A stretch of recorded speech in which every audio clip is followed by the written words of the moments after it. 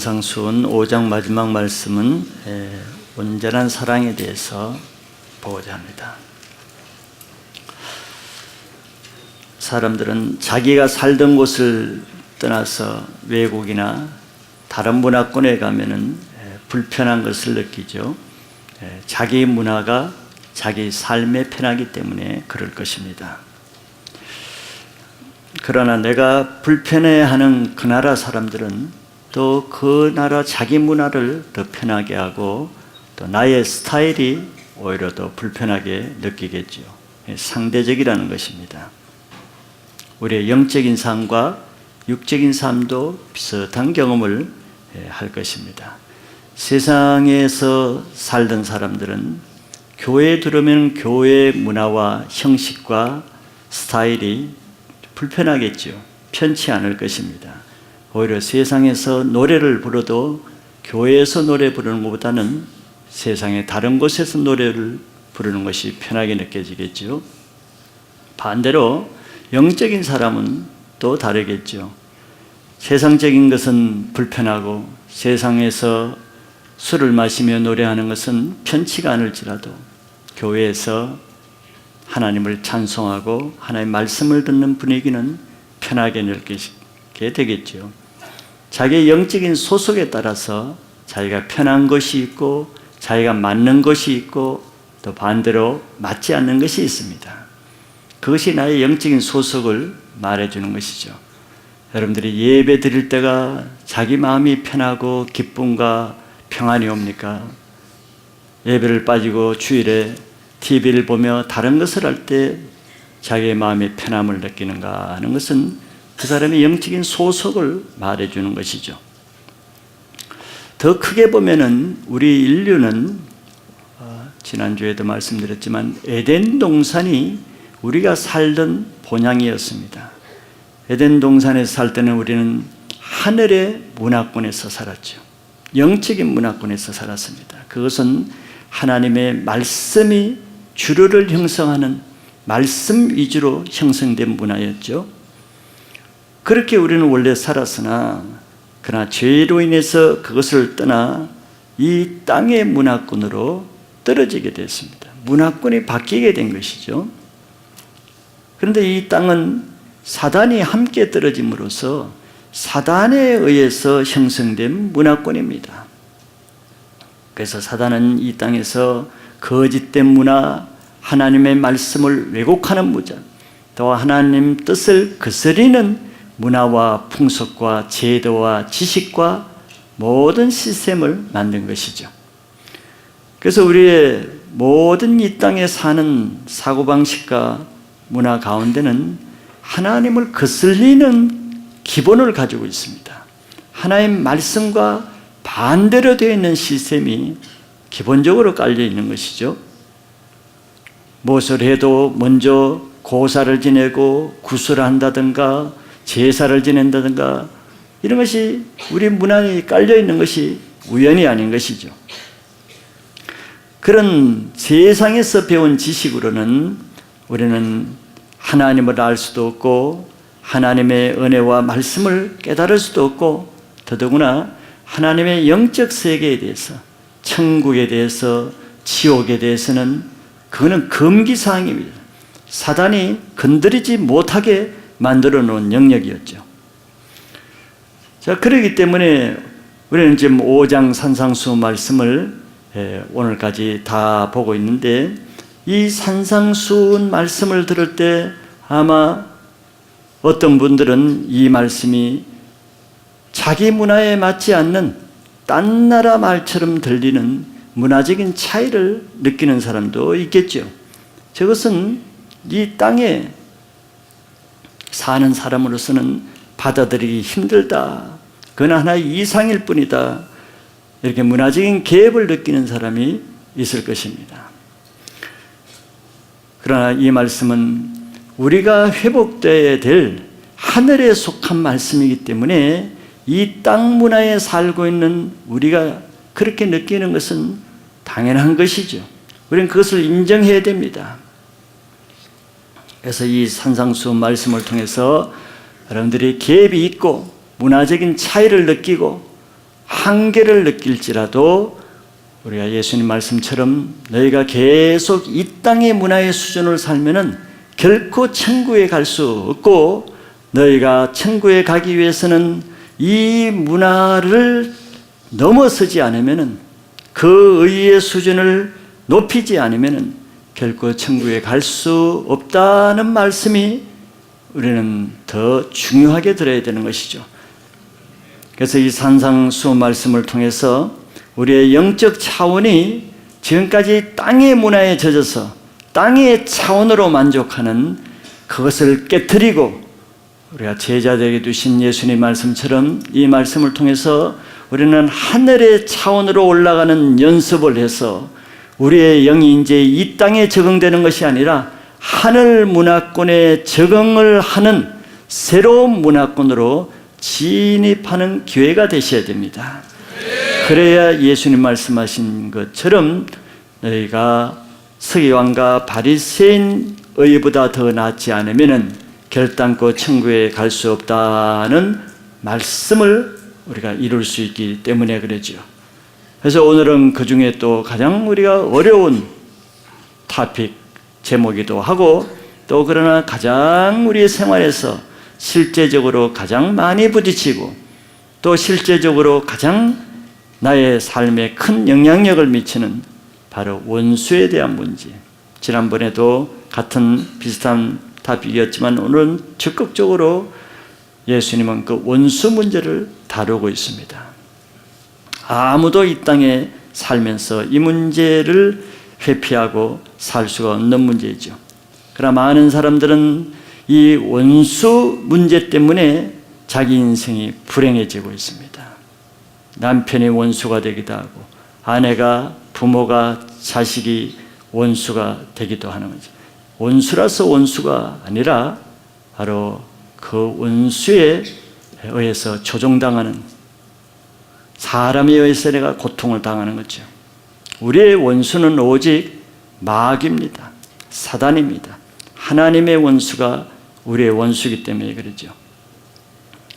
그래서 이 원수 사랑에 대해서 오늘은 이 땅의 원리가 아니라 하늘에 속한 원리를 통해서 여러분들이 날마다 아니면 항상 넘어지는 이 문제, 원수 문제를 극복할 수 있는 놀라운 기회가 되시기를 바랍니다.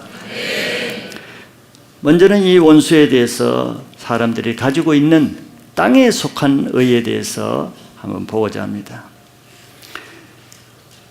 원수는 가장 우리를 힘들게 하는 대상입니다. 또 우리 인생이 불행하게 되고 기쁨이 없고 어려워지는 원인은 원수 때문에 그러죠. 원수는 다시 말하지만 사단이고, 우리에게 원수 같이 행하는 사람은 바로 사단의 조종을 받는 사람이고, 그는 바로 나를 공격하기 위해서 내 주위의 사람을 통해서 그 일을 하는 것이죠.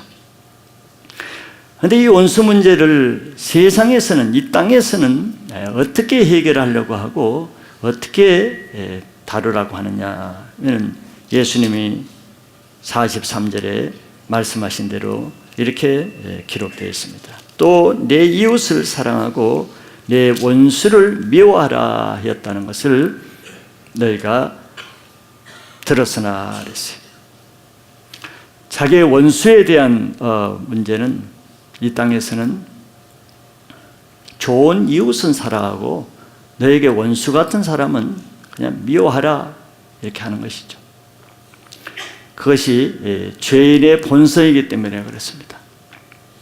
그래서 원수를 미워하는 것을 사람들은 조금도 부끄럽게 여기거나 그것을 미안하게 생각하지 않고 당연시 여깁니다.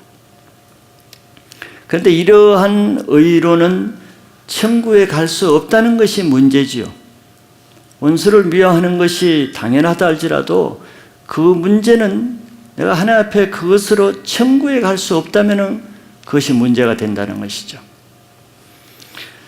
또한 실제적으로 이러한 땅의 원리로 우리가 수없이 살아와 보지만, 원수가 나를 한 번 미워하면 내가 두 번 미워하고 그 사람이 하나만큼 나를 못하면 내가 2배만큼 해도 문제는 2배만큼 해도 그 원수 문제가 끊어지지 않는다는 것이 문제죠. 그 원수 때문에 끊임없는 고통에서 벗어날 수가 없다는 거예요. 그는 우리가 많이 경험하는 바죠. 원수를 미워해서 원수 문제가 시원하게 해결됩니까? 그렇지 않죠. 사단에게 속는 것입니다. 그런 방법으로는 원수 문제가 해결되지 않죠. 그런데 예수님은 이 땅의 사람들이 그럼에도 불구하고 원수 문제에 대해서 어떤 가치관을 가지고 있는가? 2 종류로 보면은, 첫째는 세리 수준의 의를 가지고 있다는 거죠. 46절에 보면은 너희가 너희를 사랑하는 자를 사랑하면 무슨 상이 있으리요? 세리도 이같이 아니하느냐. 그래서 이게 이 세상의 사랑의 원수에 대한 사랑의 원리인데, 이는 자기를 사랑하는 사람을 사랑하는 그런 수준의 사랑이라는 것이죠. 자기에게 잘해주는 사람을 사랑하는 것은 세리와 같은 아주 악한 죄인들도 자기를 사랑해주는 사람을 사랑합니다. 이것이 이 땅 수준의 사랑하는 인간적인 의지요. 그럼 왜 이것이 인간적인 의로 자기를 사랑하는 사람을 사랑하는 것도 굉장히 수준 있게 여겨주는가 하면은, 이 세상에는 이런 정도의 사랑도 하지 못하는 사람이 많이 있기 때문이죠. 그래서 이런 정도의 사랑을 하는 것도 우리는 가치 있게 여기는 것입니다. 실제 자기를 사랑해주는 사람에게도 사랑하지 못하고 감사하지 못하고 그 받은 사랑을 악으로 배반하는 사람이 얼마나 많습니까? 특히 우리가 영혼들을 돕다 보면은 정말 값없이 사랑을 베푸고 섬겨주고 그들을 도와줘도, 아무리 사랑을 부어줘도 마지막에는 그것을 악으로 갚고 배반하고 떠나는 사람을 우리가 수없이 경험하죠. 그걸 통해서 사람이 정말 저렇게 악할 수가 있구나, 사람이 저렇게 참 악하게 행동할 수도 있구나, 그걸 우리말 경험하는 바죠. 사람을 많이 대하면 대할수록 사람에게 사랑을 받기보다는 얼마나 많은 실망과 배신을 경험합니까? 그거는 익히 아무 죄가 없으신 예수님까지도 3년 동안 가룟 유다를 모든 것을 다해서 사랑해 주셨음에도 불구하고 결국은 그 가룟 유다는 그 사랑을 다 받고 나서 마지막에 가서는 사랑을 준 그 예수님을 은 30년 그 돈 때문에 자기 사랑 예수님을 팔았습니다. 배반했죠. 이것이 죄인의 모델입니다. 이것은 인간적인 차원이 아니라 바로 영적인 차원의 문제죠. 우리 자신이 안 그럴 거라고 자신할 수 있겠습니까? 베드로까지도 자신할 수 없습니다. 여러분들 사람을 도와보고 저도 많이 목회를 해봤지만 저 사람만은 그러지 않을 것 같이 철떡같이 믿은 사람이라 할지도 예가 없는 것을 봅니다. 철떡같이 절대 그렇지 않을 것 같아도 사람은 예가 없어요. 그래서 자기를 사랑하는 자를 사랑하는 사람은 그 사랑은 오래가지 못합니다. 왜냐하면 그 사람이 나를 배반할 때, 악으로 갚을 때, 나를 사랑하지 않고 미워할 때는 사랑이 되지 않는 것이죠. 그래서 이런 인간적인 사랑은 한계가 있습니다. 그래서 이 땅의 차원으로는 천국에 갈 수 없는 것이죠. 그러므로 우리는 이 땅 수준에서 우리의 사랑을 하늘의 수준으로 옮겨야 됩니다. 두 번째는 이방인 수준의 의죠. 47절에 보면은 또 너희가 너희 형제에게만 무난하면 남보다 더한 것이 무엇이냐? 이방인들도 이같이 아니하느냐 그랬습니다. 이는 자기 가까운 형제에게만 무난한 수준의 의죠. 유대인들은 형제를 생각할 때는 자기 민족만 형제로 여깁니다. 이 세상에 수억의 사람이 있어도 이스라엘 백성, 자기 백성만 형제지 딴 나라 이방인들은 개와 같이 취급하고 형제로 여기지 않습니다. 상종하지도 않지요. 자기 가까운 형제를 사랑하는 것은 또 아름다운 사랑입니다. 왜? 자기 형제조차도 사랑하지 못한 사람이 있기 때문에, 자기 가족조차도 사랑하지 못하고 자기 교인들조차도, 심지어는 자기 세론인데도 사랑하지 못한 사람이 얼마나 많아요. 형제조차도 사랑하지 못하는 사람이 이 땅에는 많이 있기 때문에, 그래도 형제까지 사랑하는 사람은 굉장히 훌륭한 사람으로 우리가 인정해 주죠. 그러나 자기 가까이 있는 형제를 사랑하는 그런 수준의 사랑은 하나님을 믿지 않는 불신자들도 그 정도 사랑을 하죠. 불신자들도 자기 양심이 있기 때문에 자기 가까운 사람은 사랑할 줄 안다는 것이죠. 하나님의 자녀는 그런 수준을 넘어서야 된다는 것을 지금 예수님 말씀하시는 겁니다. 하나님의 자녀는 자기와 가까운 사람, 자기에게 유익이 되는 사람, 자기 이해관계가 있는 사람, 겨우 그 사람 정도의 사랑 수준 가지고는 그거는 천국의 수준에 못 미치기 때문에 그렇습니다. 우리도 교회에서 같은 하나님을 믿는 사람의 모임 교회에서조차도 자기와 맞는 그냥 몇몇 사람만 어울리고 다니고, 자기와 좀 맞지 않는 사람은 그냥 본 척도 하지 아니하고, 그래서 자기 스타일에 맞는 사람 겨우 그 정도 친하게 지내고 섬기고 사랑하는 것을 가지고 내가 그래도 사람을 섬긴다, 내가 그래도 사람과 가까이 이렇게 관계성을 잘 맺는다 하고 생각하는 사람도 있을 거예요. 그러나 그런 속 좁은 사랑을 가지고는 자기 셀 안에 한 5명 있어도 5명 다 못하고 겨우 한 3명, 2명만 사랑할 수 있죠. 그것이 뭘 말합니까? 바로 자기와 가까운 사람만 사랑한다는 것은 그렇지 않는 사람과 편을 나누고 구분을 하고 분리하는 일을 그 사람이 스스로 하고 있다는 것이 되겠죠. 내가 이 사람까지만 사랑한다는 것은 그렇지 않는 사람과 벽을 만드는 것이죠.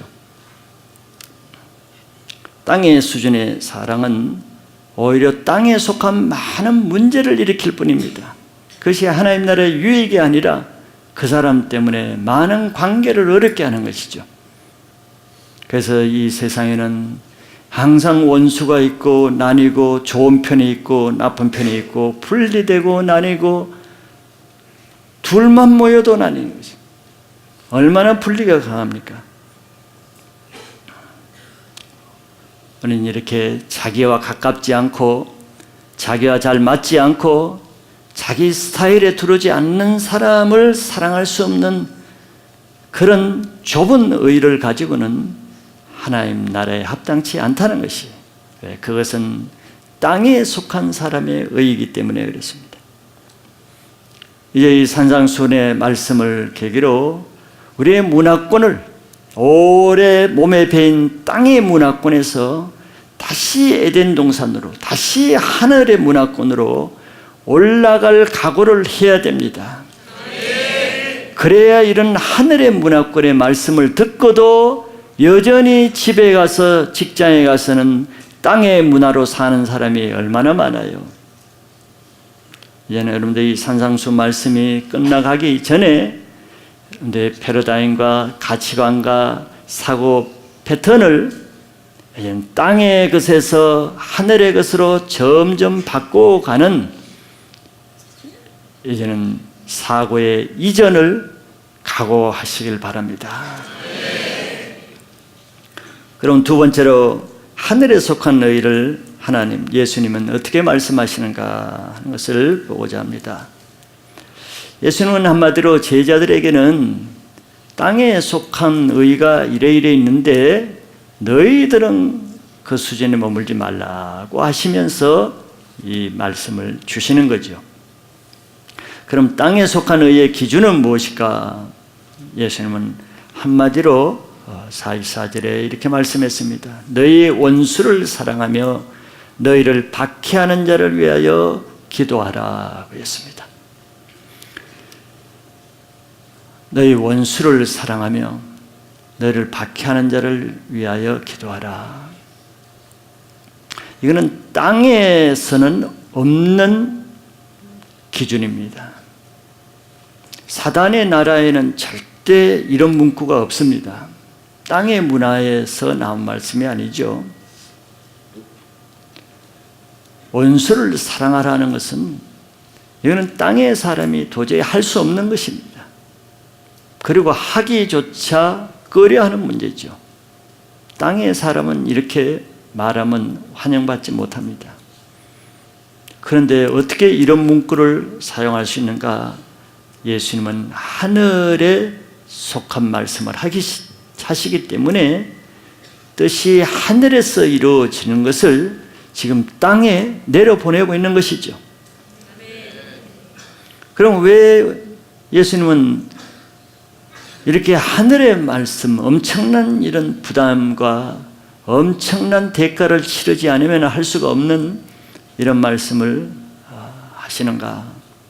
그것은 바로 원수 문제를 완전하게 해결하는, 원수에 대한 율법을 완성하는 유일한 해결 방법은 바로 예수님의 말씀밖에 없기 때문에 그렇습니다.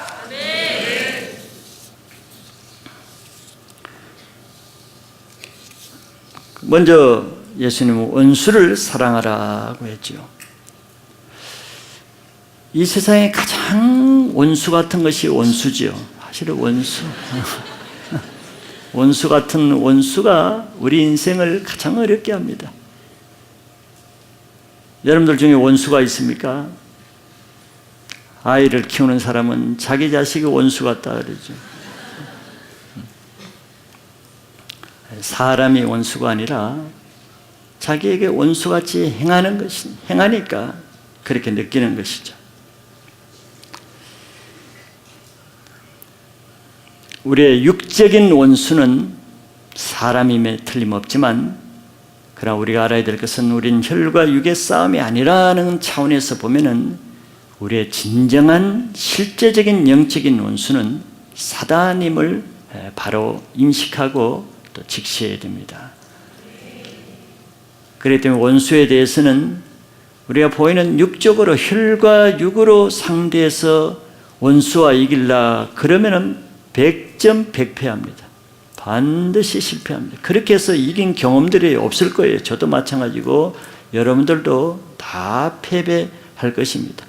육으로 이기고 영으로 쓴맛을 다 느낄 거예요. 그 영적인 원리대로 안 싸우기 때문에 그런 것이죠.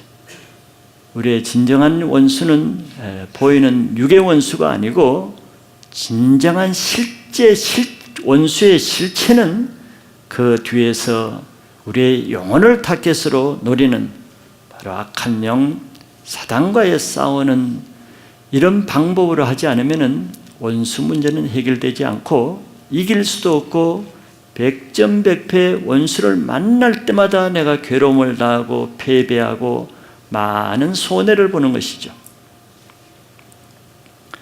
즉 우리가 예수님 말씀과 반대로 이 땅의 원리로 원수를 미워하라 그랬으니까, 이 땅에는 원수를 한번 미워해 보세요.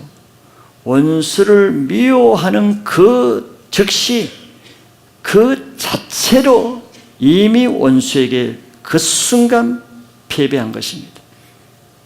그걸 본인들이 알겠죠. 자기 자신이. 원수를 미워해서 원수 문제가 사라지는 걸 봤습니까? 속는 것입니다. 원수의 공격 차원이 우리의 이성과 상식 차원을 벗어나는 매우 정교하고 매우 고단수의 책략이라는 것입니다. 원수가 우리를 공격하는 것이 주로 지난주에 말씀대로 화나게 하고 분나게 하고 섭섭하게 하고 속상하게 하죠. 그런데 우리가 알아야 될 것은 원수가 우리를 공격하는 진짜 타겟이 우리를 그냥 괴롭게 하고 화나게 하고 속상하게 하고 고통스럽게 하고 너 고통 좀 맛봐라 뭐 여기에 있겠습니까? 원수는 그렇게 차원 낮은 시시한 전쟁을 하지 않습니다. 겨우 우리가 좀 고생 좀 시키는 차원에 하지 않는다는 거예요. 그거는 하나의 미끼요 도구일 뿐이죠. 원수가 우리를 분나게 화나게 속상하게 속을 끓게 하는 그 공격의 목적은 그 자체에 있는 것이 아니라 그것을 통해서 우리에게 이미 주어진 하나님의 영적인 보물들을 원수는 알고 있어요.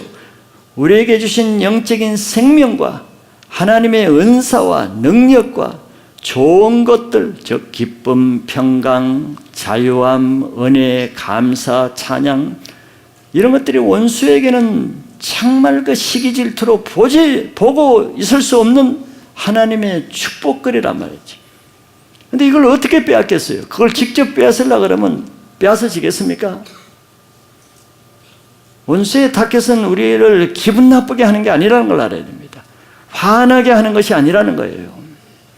화나게 하고 기분 나빠하고 분을 나게 해서 우리 속에 있는 그 좋은 평강을 순간 빼앗아가고 아무도 가질 수 없는 기쁨을 순간적으로 낚아채고 모든 은사와 생명과 능력, 찬양, 감사가 일순간에 물쏟듯이 없어지고 두려움, 짜증, 불만, 불평, 분노로 완전히 빈털터리가 되게 해버린 거예요. 원수는 이런 엄청난 것을 타겟으로 알고 있습니다. 원수는 우리 속에 어떤 보물이 있는지 그 보물을 타겟으로 하는 것이. 여러분들 강도가 어떤 집에 강도짓을 하려고 할 때, 또 도둑이 어떤 집에 도둑질을 들으려고 할 때 그 사람을 막 위협하고 칼을 들이대고 총을 들이대고 그래서 그 사람을 위협해서 겁나게 하는 것이 목적입니까? 두렵게 해서 꼼짝 말게 하는 그 자체가 목적입니까? 아니죠. 그렇게 하는 것은 그렇게 해놔야 그 안에 보물들을 훔쳐갈 수 있는 것이죠. 즉 육적인 공격을 통해서 원수는 내 속에 있는 영적인 것을 뺏어가는 것이 목적입니다. 그래서 우리는 아무리 은혜를 많이 받고 또 많은 은사를 가지고 또 하나님의 기쁨과 평강 좋은 것을 봐도 우리는 원수가 나를 공격할 때 그 순간 원수를 미워하고 정죄하는 것으로 대항해 봐요. 벌써 내 영혼이 싸늘해지고 썰렁해지고 마음에 이미 평강 기쁨은 온데가 떼었습니다.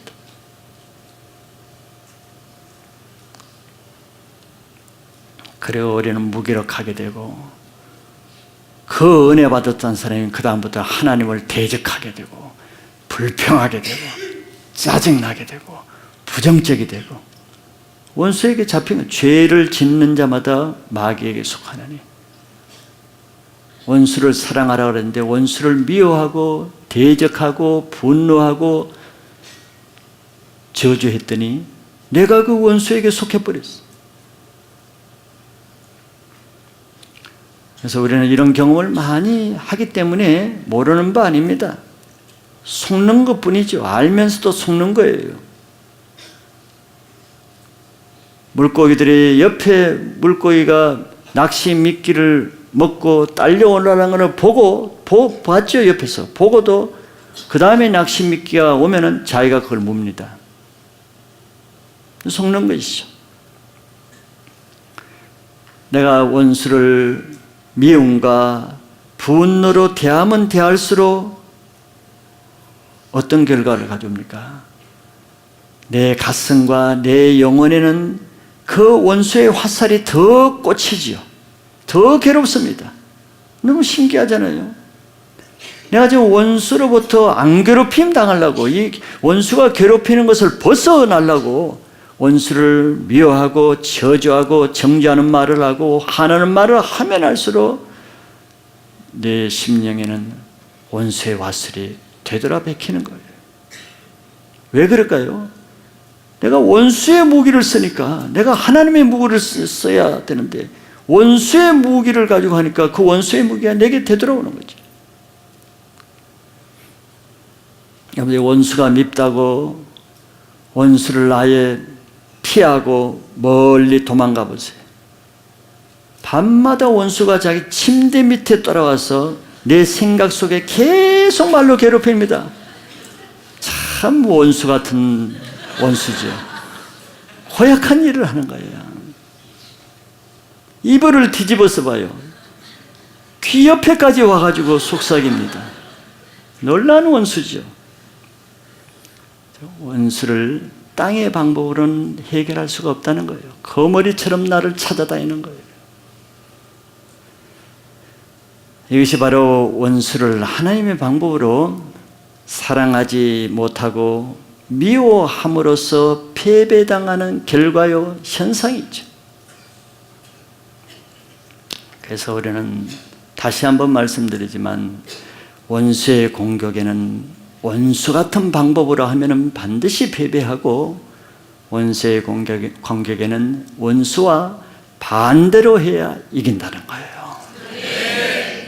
저 원수가 나를 미워하면 같이 미워하면 내가 패배하지만, 원수가 미워하면 하나님의 말씀을 생각하면서 내가 사랑으로 대하고, 원수가 나를 저주하면 같이 저주하는 것이 아니고 내가 그 원수를 축복으로 하면은 원수는 더 이상 공격하지 못합니다. 신기할 정도로 원수가 나를 공격하지 못해요. 왜? 원수는 하나님의 진리 앞에 무기력해지는 거예요. 원수는 하나님 말씀을 거역하는 거짓에 강하고, 내가 진리의 허리띠로 공격하면 원수는 더 이상 항거하지 못하는 거예요. 로마서 12장 19절 20절에 이런 말씀이 있습니다. 내 사랑하는 자들아, 너희가 친히 원수를 갚지 말고 하나님의 진노하심에 맡기라. 기록되었을 때 원수 갚는 것이 내게 있으니 내가 갚으리라 고 주께서 말씀하시니라. 내 원수가 줄이거든 먹이고 목마르거든 마시게 하라. 그리함으로 내가 숯불을 그 머리에 쌓아놓으리라. 하나님은 악인의 악행을 안 보는 듯 하시나 다 보고 계신다고 했습니다. 또 하나님은 악인이 행하는 악행에 대해서는 반드시 갚아주시는 분입니다. 즉 행한 대로 하나님이 보응하시는 분이지, 공평하신 하나님이 불공평하게 우리를 대하지 않습니다. 그래서 사람이 악을 행할 때 그 악을 행하는 자에게는 그 행위에 따른 심판이 반드시 있습니다. 그러나 우리가 알아야 될 것은, 저 로마서의 말씀에 보면은 그 심판은 반드시 있지만서도 우리가 잊지 말아야 될 것은 그 심판의 권한은 내게 없다는 거예요. 내게 행하는 원수라 할지라도 그 원수의 영혼의 주인은 내가 아니기 때문에 그 원수가 행하는 일에 대해서 내가 심판할 권한은 없어요. 원수의 행하에 대해서 심판은 내가 해야 될 몫이 아니고, 그 원수를 창조하시고 원수를 주관하시고 원수를 다루시고 원수의 태어남부터 원수의 마지막 심판까지 주인이 되신 하나님께 속한 것입니다. 그래서 원수 갚는 것이 19절에 내게 있으니 내가 갚으리라고 주께서 말씀하시리라. 원수 갚는 것은 하나님께 있는 것이라. 그러니까 내가 갚는다는 것이에요, 하나님이. 그래서 원수에 대해서 하나님은 이 말은 뭐겠어요? 네가 할 일만 해라. 내가 할 일은 내가 한다는 뜻이죠. 그러면 네가 할 일이 뭐냐? 20절에 말씀하는 거예요. 내 원수가 줄이거든 먹이고 목마르거든 마시게 하라. 그리함으로 내가 숯불을 그 머리에 쌓으리라. 원수에 대해서 네 할 역할은 이것이라는 거예요. 이게 하나님의 말씀입니다. 원수를 이기는 방법이에요. 우리에게 손해보게 하기 위해서 우리를 억울하게 하게 하는 모양으로 보이게 하는 것이 마귀가 하는 것이죠. 그러나 이것은 하나님의 진리의 말씀입니다. 왜? 원수가 나에게 하는 데 대해서 내가 반대로 원수가 줄이면 먹이고 목마르거든 마시고 하면은 그 원수의 머리에는 뜨거운 숯불을 쌓는 것이 되고 그것으로 인해서 내 머리에는 성령의 불을 쌓는 것이 됩니다. 이게 하나님의 지혜요. 하나님이 우리를 사랑하시는 축복의 방법인 것이죠. 베드로전서 4장 14절에 보면은 너희가 그리스도의 이름으로 치욕을 당하면 복 있는 자로다. 영광의 영 곧 하나님의 영이 너희 위에 계심이라. 우리가 원수로부터 치욕을 당하면은 우리 머리에는 뭐가 쌓이게 되냐면 영광의 영이 너희 위에 쌓이게 된다는 거예요. 원수의 머리는 숯불이 쌓이고, 내가 원수를 미워해서 저주해서 여러분들 우리 머리 위에 숯불이 쌓이기로 합니까? 여러분들 그걸 원하다면 숯불 구이를 원한다면 원수 한번 미워해 보세요. 원수 미워하면 머리에 숯불이 쌓이가 더 괴롭습니다. 뜨거워서 속이 막 열이 나는 거예요. 숯불이 쌓이니까.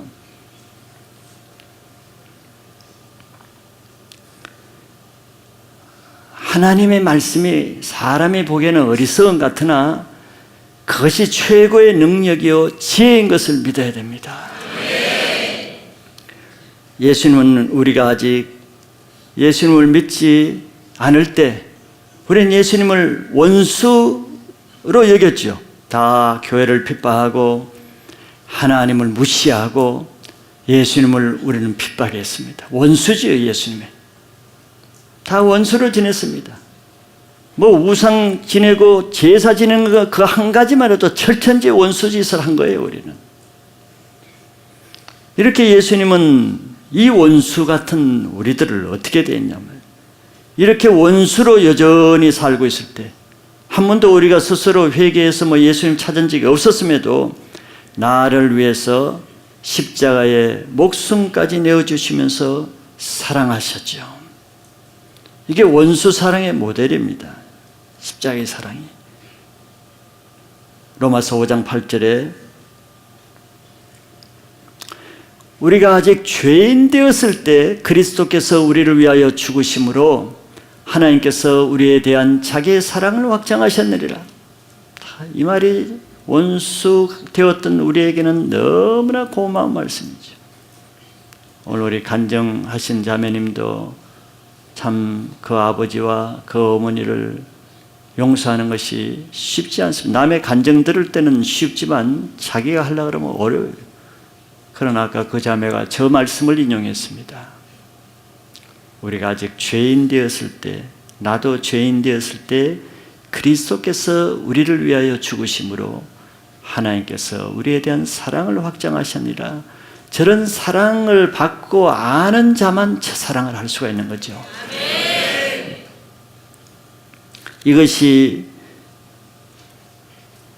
원수를 구원할 수 있는, 원수를 흑암에서 죄에서 사단 마귀에서 나를 구원하신 유일한 방법입니다.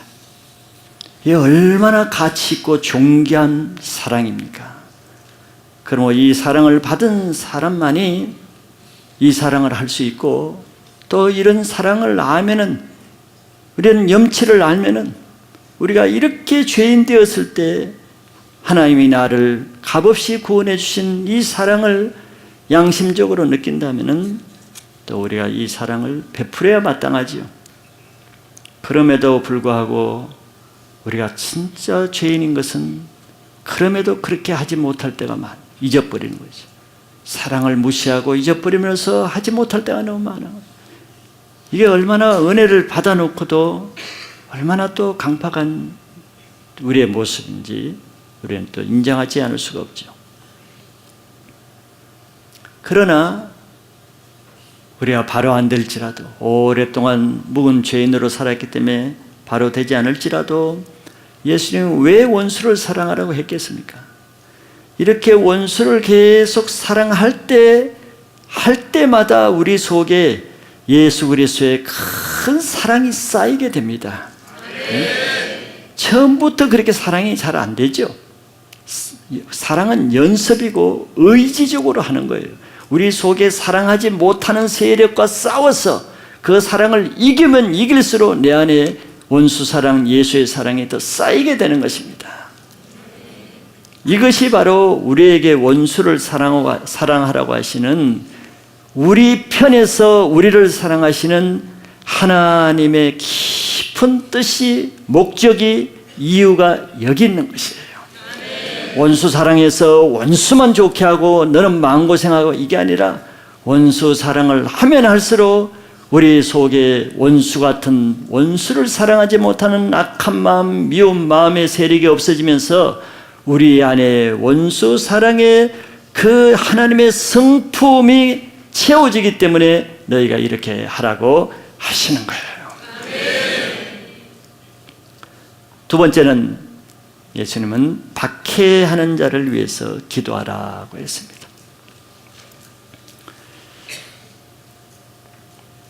우리를 박해하는 사람들도 항상 우리 주위에 있죠. 왜?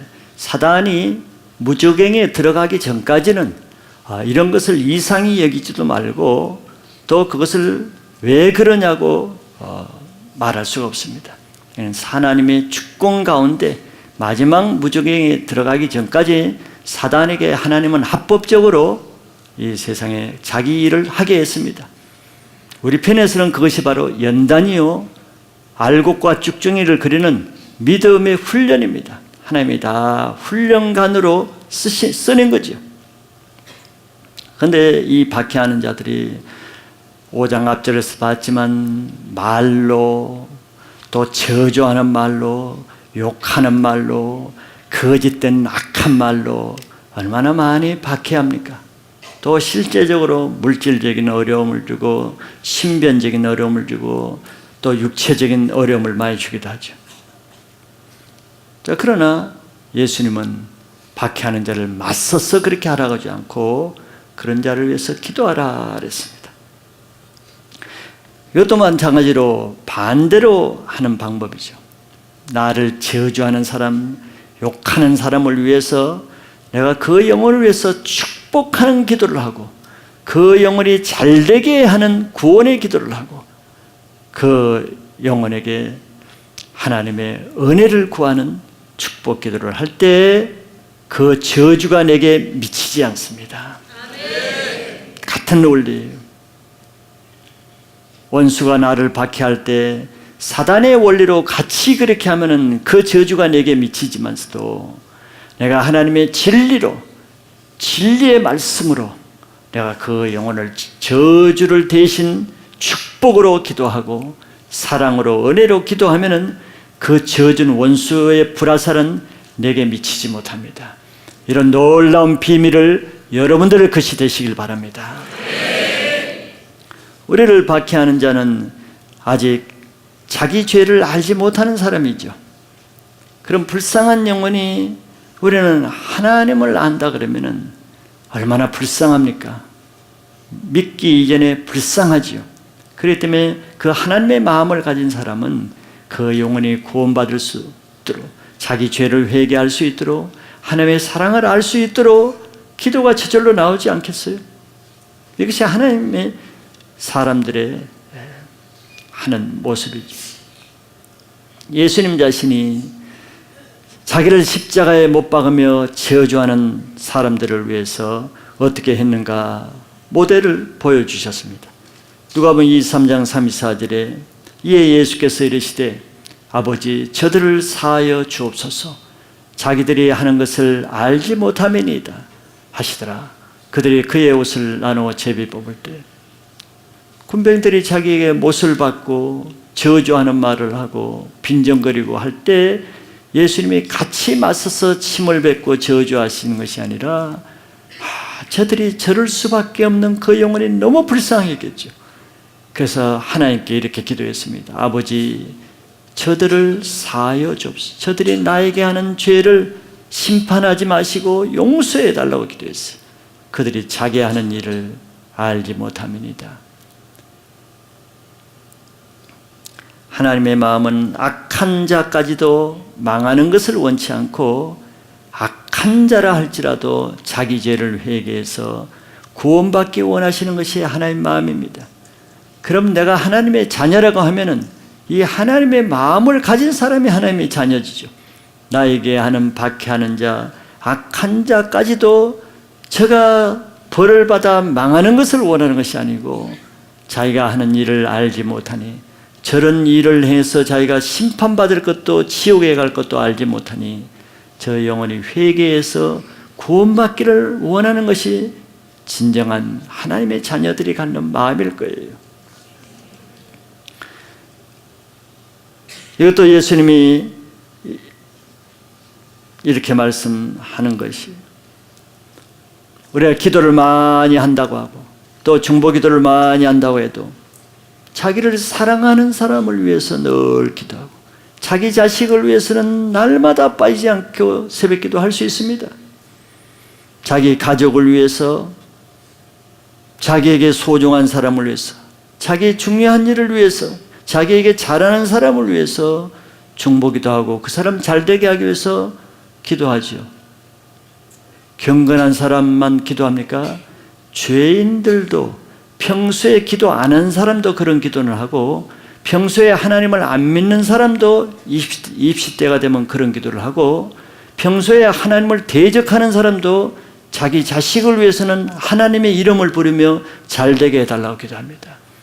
땅에 속한 사람, 죄인들도 그런 기도를 한다는 거예요. 죄인들도. 그런 기도를 많이 하는 것도 인정을 받죠. 기도 많이 하는 사람이다. 네, 그렇게도 기도하는 사람이 있기 때문에. 그러나 우리는 산상수훈의 차원은 그런 땅의 차원의 기도, 땅의 것을 위해서 겨우 자기 자식, 자기 영혼 하나를 위해서 맨 기도하면은 자기 차원을 벗어나지 못하는 기도, 그거는 죄인들도 하고 믿음 없는 사람도 한다는 거예요. 그러나 하늘에 속한 사람은 나를 박해하는 사람을 위해서, 나에게 원수 같은 사람을 위해서 저 영혼도 구원받고 내 자식이 구원받는 것 이상으로 저 영혼도 하나님의 구원받기 위해서 기도하는 차원의 의의를 가져야 우리의 의의가 하늘에 속한 의의가 될 수 있다는 거죠. 네, 이것이 하나님이 우리에게 요구하시는 차원이기 때문에 그렇습니다. 우리의 기도, 우리의 중보기도 차원이 하늘의 차원으로 높여가는 기회가 되시길 바랍니다. 두 번째는, 그러면 이 목적이 어디 있는가? 원수를 사랑하고 박해하는 자를 위해서 기도하라고 했는데 목적이 있을 게 아니에요. 이유가 있을 거란 말이죠. 그럼 물론 천국에 가기 위한 의의를 얻기 위해서죠. 그런데 구체적으로는 예수님 여기서는 두 가지를 언급하고 계십니다. 첫째는 그렇게 할 때, 원수를 사랑할 때 너희가 하나님의 아들이 되리니 그랬습니다. 이같이 한적, 45절에 하늘에 계신 너희 아버지의 아들이 되리니, 이같이 한적이라 그랬어요. 이같이 할 수 있는 사람, 이같이 하는 의를 가진 사람은 하나님 하늘에 있는 너희 아버지의 아들이 되리니 그랬습니다. 여러분들 하나님의 아들이 되시길 바랍니다. 이게 가장 중요한 거예요. 이 세상엔 두 자식밖에 없어요. 마귀에 속한 마귀의 자식이든지 하나님의 자녀가 되는지 두 신분밖에 없습니다. 즉 하나님의 자녀가 아니면 마귀의 자녀라는 것이죠. 이같이 할 수 있는 사람이 왜 하나님의 자녀입니까? 바로 이것은 땅에 속한 사람은 할 수 없기 때문에 그러죠. 원수를 미워하는 것이 대부분이지 원수를 사랑하는 사람은 하나님의 자녀밖에 할 수 없는 것이죠.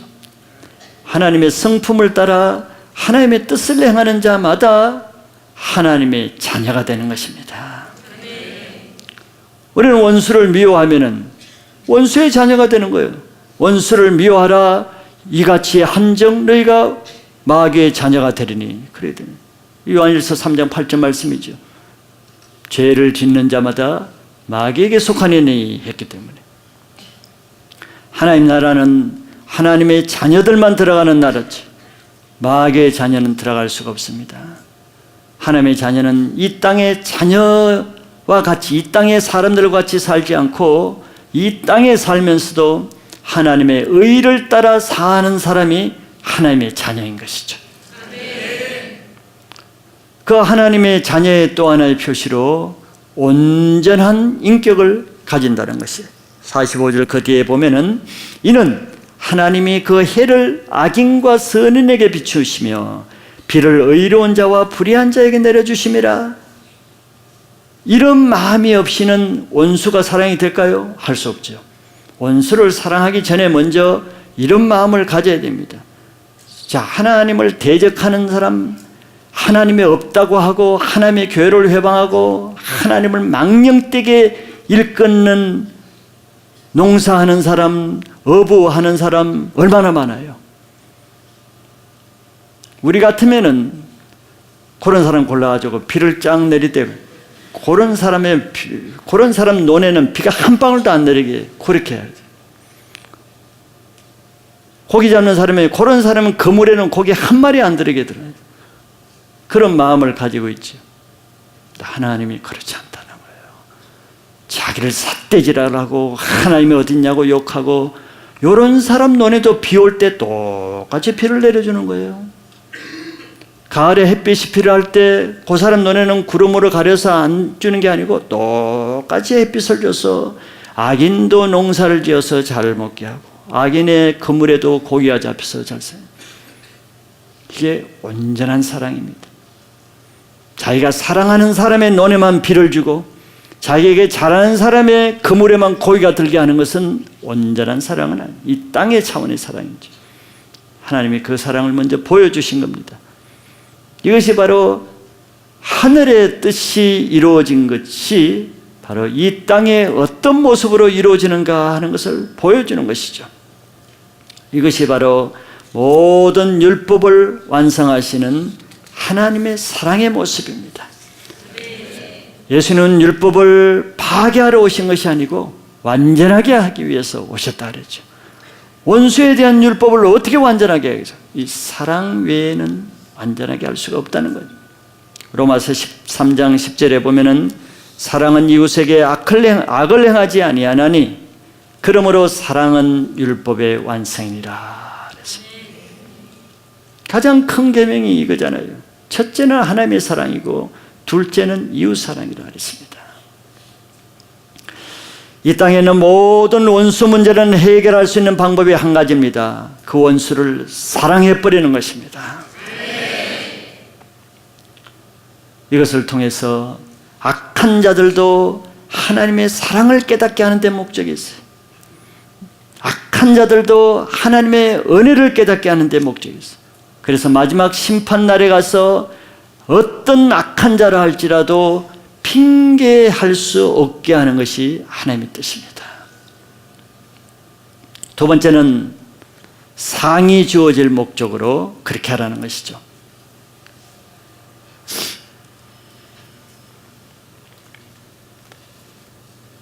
46절에 보면은 너희가 너희를 사랑하는 자를 사랑하면 무슨 상이 있으리요? 무슨 상이 있으리요?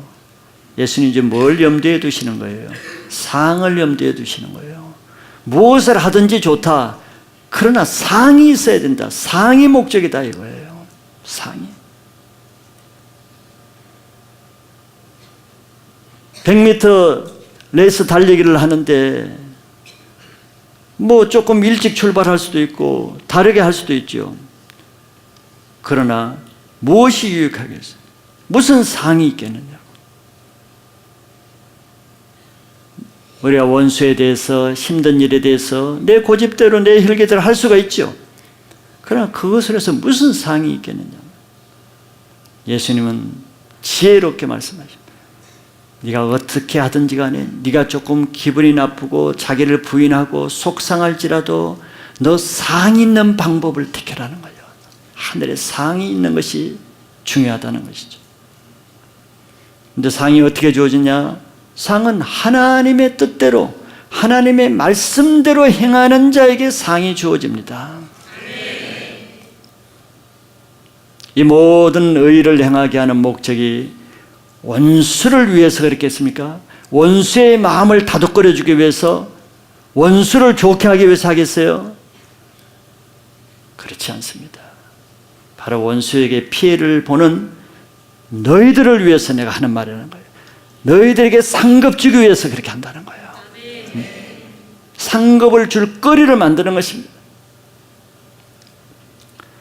원수를 악으로 갚으면 이 땅의 것을 얻을지 몰라도 하늘의 영적인 상은 없습니다.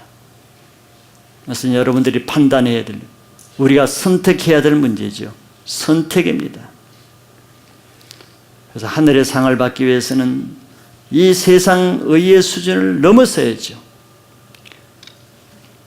하나님의 자녀들이 예수를 믿고 나서 이제 구원받은 이후의 최고 목표는 하늘의 상입니다. 상이. 땅을 위해 사는 사람은 땅의 것으로 이기고자 하죠. 그러나 하나님 나라를 위해서 사는 사람은 영적인 것에 이기려고 해야 됩니다. 그러므로 이 땅에서 육적으로 이기고 하늘의 상을 잃는 사단의 계략에 빠지면 안 됩니다. 차라리 이 땅에서 육적으로 이기고 하늘의 심판받는 인생이 되기보다는 이 말씀을 들을 때 여러분들은 차라리 이 땅의 것을 포기하고 부인하고 죽이면서까지라도 하늘의 상을 받는 쪽을 택하셔야 됩니다. 그것이 바로 이해가 되든 안 되든 하나님의 진리의 말씀에 순종하는 거예요. 이 땅의 문화에 사는 사람은 이것이 어렵습니다. 어려운 것을 주님도 알아요. 우리도 알고 저도 알고 여러분들도 다 어렵다는 걸 압니다. 어렵기 때문에 상이 있는 거예요. 어렵기 때문에.